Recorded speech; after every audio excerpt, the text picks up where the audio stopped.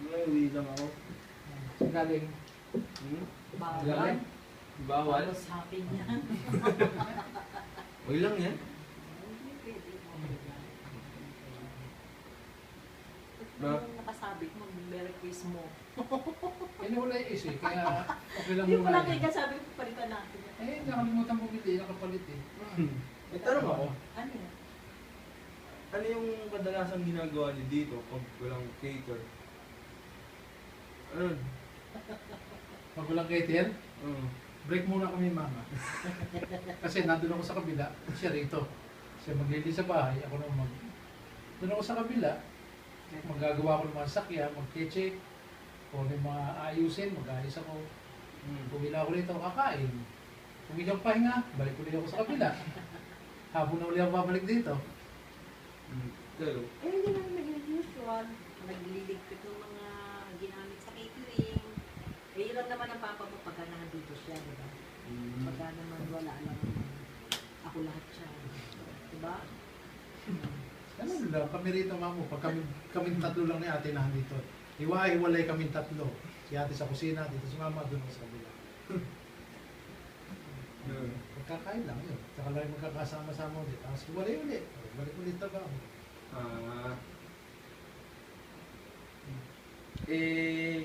yung dati, paano ba kayo nagkakilala ni Papa? Di ba dati parang minarento kayo si Papa, dati kaklase nung elementary lang. Yeah, oo naman. Sa grade 5, magkaklase kami ng mama mo.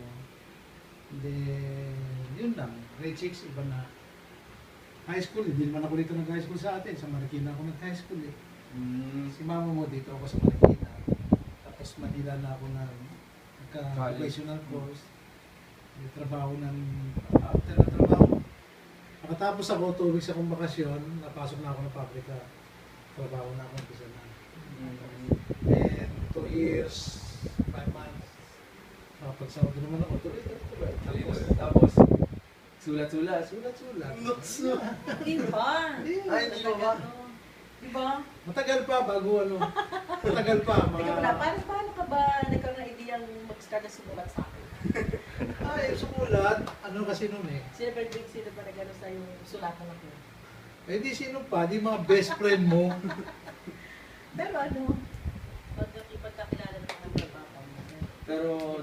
Pero, magkakilala lang kayo? Parang... Magkakilala, tapos yun nga, magkaklase. Magkakilala, Elementary. Gano'n naman nung araw eh, kahit na elementary. Ngayon lang, hindi ko na masyado kilala kasi mas bata kami ng mga munting na sa lahat. Sila may apo na, kami wala pa. Eh, isang apo wala pa. Eh, nung dati, yung unang beses yung makita si Papa, ano yung parang first impression nyo? Ano ba si Papa? Parang pagkakita nyo, parang... Itong ano na, elementary o ano? Hindi, kasi yung first impression nyo, nakita nyo si Papa. Si Papa mo naman. Ito na lang, yung first impression nyo nung nakita nyo si Papa nung elementary, tsaka nung nakita nyo ulit si Papa after all... Siyempre, malaki ang difference. Kasi ang papa mo nung Ano elementary? elementary kami, ano yan eh, medyo... Ako kasi nun eh, iba ang ano nung panahon na yun. defensive. Hindi, kasi ganun nga eh, nung panahon noon, parang public school ka, basta naka-short ka lang, may t-shirt kang puti, naka-sinelas, huwag mo nang banggitin nga, alam mo na yun, ano yun, mark yun, trademark yun. Hindi, kasi pero bakit ako ang papa mo nung umuwi nga nitong ano, ba sumulat? Oo. O, hindi sinagot ko. Pero hindi ko siya matandaan agad-agad. O, tapos doon, nung umuwi siya, yung impression ko sa kanya, syempre iba kasi ito sa pakot lang yung mabait. Yung talaga o yun, pero nung uwi yun, hindi naman kami naging mag-boyfriend agad. Pinahirapan ko muna 3 years na siguro. 3 years akong pinahirapan ni mama, kala mo nagtsatsaga ako sa sabi 1986 to 89. Tapos 89, yun, tsaka na ko siya sinagot. Nung umuwi na ako kasi... Umuwi na siya. Kasi ayaw ko siya sagutin sa sulat. Tapos, Hirap pa naman. 89, alis ulit siya. Diba, nung mag-start na yung war sa Iraq at saka Kuwait. Kuwait, ano? Iraq Kuwait, nung pinasok Kuwait yun. yan. Tsaka siya umuwi. Umuwi ako. 1991 na yun. Tsaka kami na plano magpakasal. Pero nung umuwi ako noong 90s, nagsabi na ako kay lola mo. Lola. Alicia, tsaka kay Lola Mario. Pag-uwi. Sabi nga ng lola mo, bakit hindi pa kayo? May pagbago pa. Pwede naman ngayon, nasa edad na kayo. Sabi ko, may kontrata pa ako, 1 year pa natitira. Pagbalik ko, tapos ang kontrata ko, may pag-uwi ko, Baksan na. pwede na, dahil wala na ako, tapos na kontrata ko noon. Ah. At the same time, sinuwerte, nagkaroon ng gera, sabi niya. So parang blessing pa yung gera dun sa inyo. Oo, dahil nakawi ako, hindi ako nakarenew ng contract. Kahit na pilit nila sa akin na pag-renew ang contract, hindi, ayoko ako. Hindi ako mag-renew. Mm. Ganun nangyari. Eh, bukod dun sa sa mga pangliligaw-ligaw sa sulat-sulat, ano pa yung ginawa ni Papa na style? Paano ko liligawan?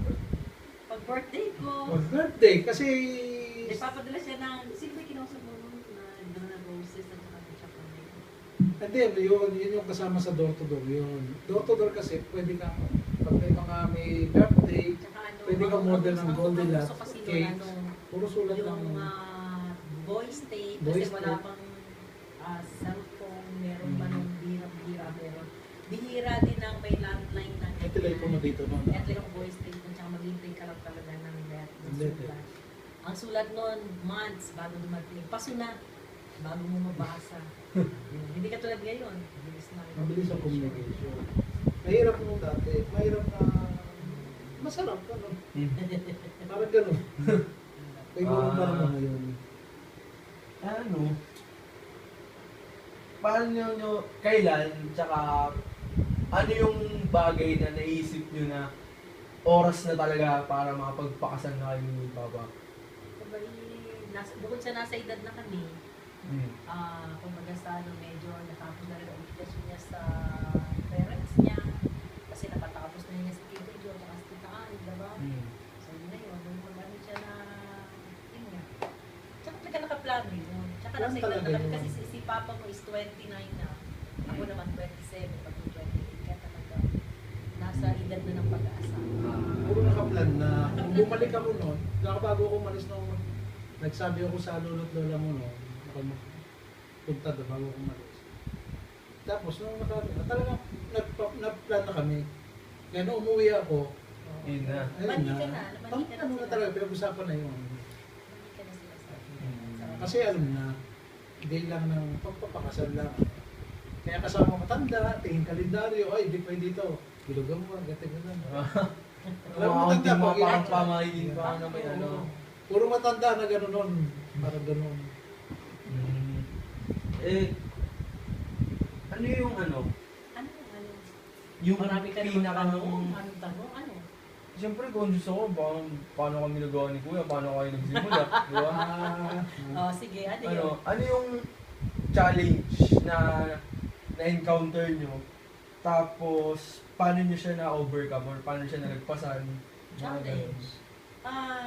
Unang-una, nung kami magpakasal ni Papa, pag-alit siya ng Saudi, yung first 2 years namin, wala siyang trabaho.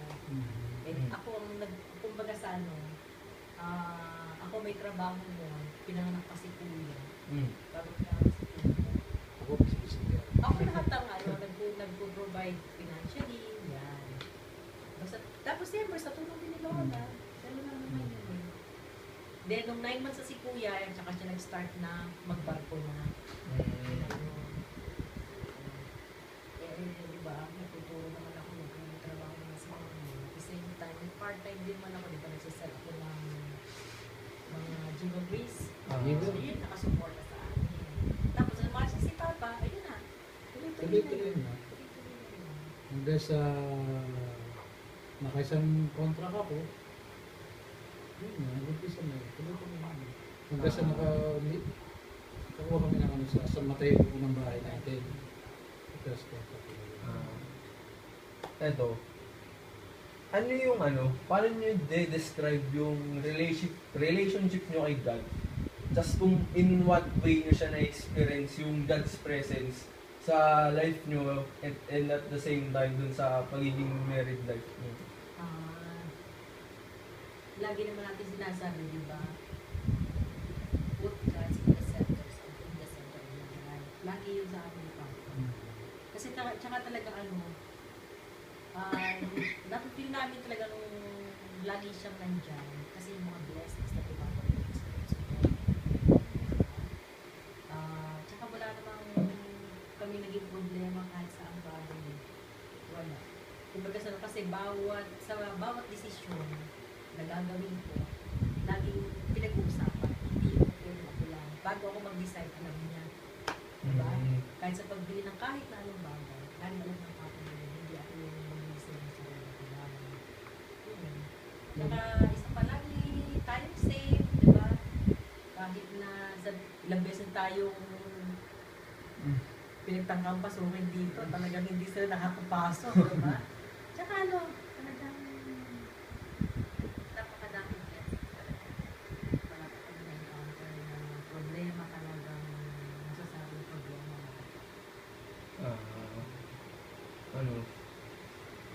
Kayo, as married na for 23 years, 23 years. 23. Almost 20. ano yung pwedeng ipayo nyo sa amin? Pare, lalo si kuya, medyo edad na rin. Eh, ako, medyo matagal-tagal pa. Nag-aaral pa.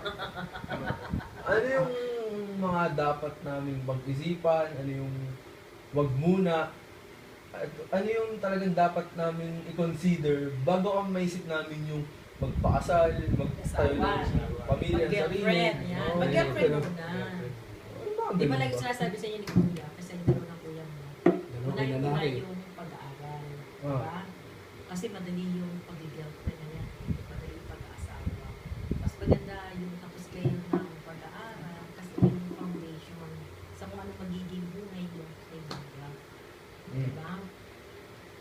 Tsaka like sinasabi sa inyo, kung kayo makakagusto, sigurado yung sarili mong gusto mo talaga siya.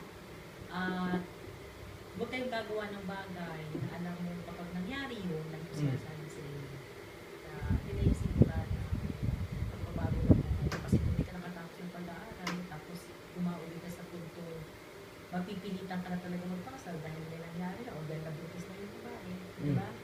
So yun yung sinasabi namin sa inyo na pag-isipan mo ng mabuti. Diba? Pag umalit sa bagay. Tsaka di ba like ko sinasabi sa inyo, Kuya, huwag yung pakikialaman ng kahit may girlfriend na kayo. Huwag yung pakikialaman. Diba? Dumarating din mo masyado gusto. Dahil kapag ginawa nyo yun at nabuntis na, wala ka nang magagawa. Wala ka nang magagawa. Yun na yung simula na kumbaga sa Challenge naman. kumbaga sa tatanggapin mo na yun at hindi mo siya kasi ate gusto na yun. Yun yung mga pagbabago ng buhay. Sinasabi sa inyo. Kaya pagka nandigaw ka, siguro din mo gusto mo talaga. Whatever happens, masaya ka sa or magiging kasi. Kasi pag dumating ang panahon na nagkasama kayo, talaga kayo na talaga. Forever na Forever yun. na. No, yun lang naman. Medyo na ano lang din ako kasi ako, mamaya pauwi ako dito. Kung naisip ko lang kung ano yung tungkol sa inyo ni Dad. Saka ano yung mga pwede namin pagandaan ni Kuya. Oo, kaya nga diba, lagi naman tayo nag-uusap sa bagay na yan. Bakit si Kuya, lagi mo sinasabihan, kahit ikaw, diba? Kaya sabi sa inyo, pag-aaral muna. Tapos niya pag-aaral, pag kayo tapos na, at meron na kayong magandang trabaho, stable na, may girlfriend ka na alam mo gusto mo siya, o then, hindi ko kayo aawatin. Go! Go. At kami, nakasupport naman sa inyo. Nakasupport kami sa inyo. Kita mo naman kung paano kami, kung paano nag-prepare ng pagkaka, kung paano natin nakatrabaho nito. At yan naman lahat ng isa ng tulong. Alam mo yun yan. Hindi. Bakit Para na? sa inyo. Sige. Kumain ka na Para ba? sa inyo naman yun. Yung mga ginagawa namin siya, dadalawa kayo magkapatid. Yun naman. Sabi ko sa inyo, kung kayo mag-aaway magkapatid, mag-uusap kayo kung may problema. Pag-usapan yung dalawa. Sino rin magtutulungan kung hindi kayo dalawa. Dalawa kayo. Dalawa kayo. Wait na? Oh? Hindi. Sige. Bigis ka na. Pag ano, kumain ka na. Yung brownies. Sige. Yung payo mo, bawal. Bawal kayo. Mama, ipain kayo mo.